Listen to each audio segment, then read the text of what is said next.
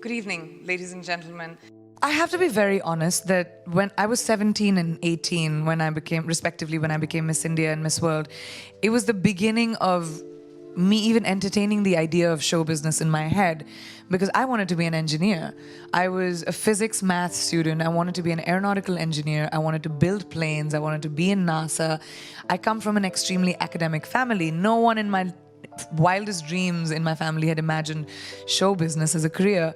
My grandmother, in fact, still asked me till about 10 years ago, "What do you do?" So I said, "I'm an actor." Yeah, but what do you like? What's What your does job? that mean?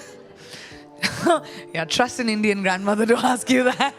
But so what changed with me when I became Miss World, which happened in London actually, it gave me a sense of self. When I was a teenager, I had a lot of self-esteem issues like most teenagers do, you know. You don't know what's happening with you. You don't know what your body is going through. You don't know. I was gawky. My hair was all funny and frizzy and I didn't know what to do with it. I had so much of it. And like I hated braids and my mom would make them and, you know, so I had all of those issues even when I was in America. I went to high school in America and I was very confused with who I was and what I was supposed to be. I was bullied in school a little bit, not by everyone, but I had a bully.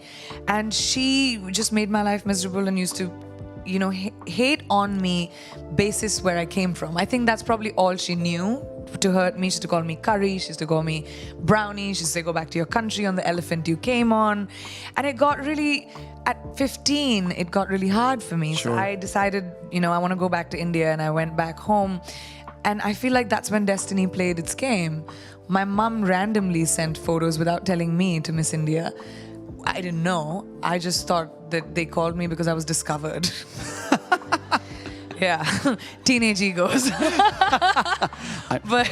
And then it gave me a sense of confidence that I could walk onto the stage, speak the way I speak. And I've been raised to be an opinionated girl. My parents always told me, if you have an opinion, don't be afraid to share it. And that's all I did. I didn't know how to walk on heels. I tripped on my sari backstage 5 times. And then I was in like these velvet pants with boots on, and then I tripped on it again. I knew it would happen to me on stage. I still have PTSD about it.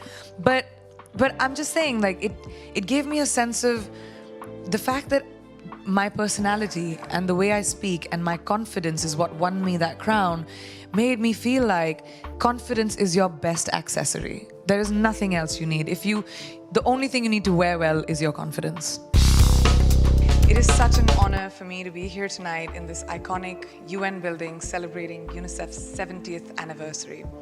First of all, I want to take a moment to celebrate every minute of these 70 years where UNICEF has worked selflessly for every child. Today, we all stand here to renew that exact pledge.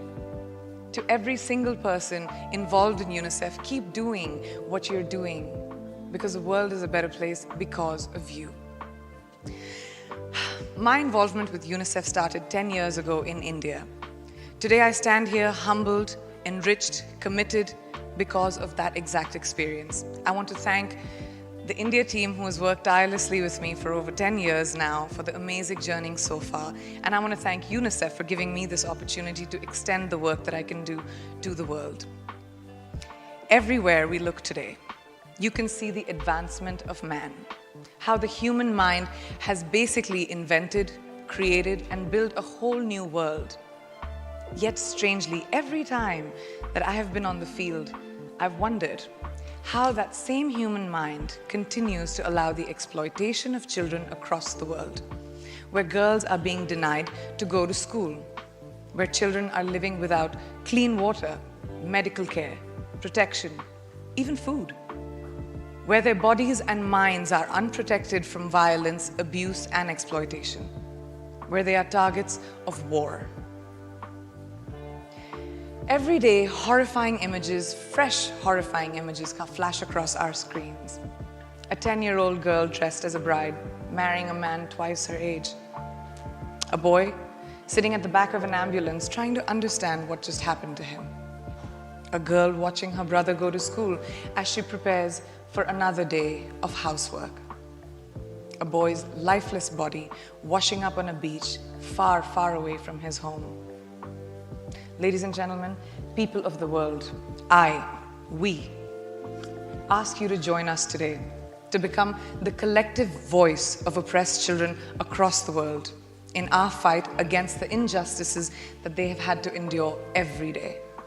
I thank you for being there today.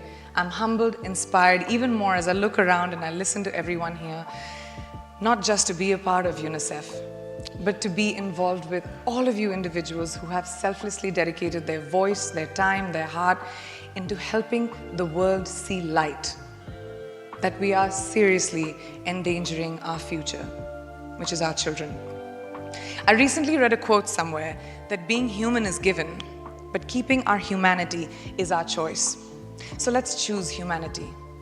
Let's choose to act now, let's choose to fight now, and let's choose to ensure a better world for our children and their children and the generations to come. My wish for children is freedom. The freedom to think, the freedom to live. Thank you very much.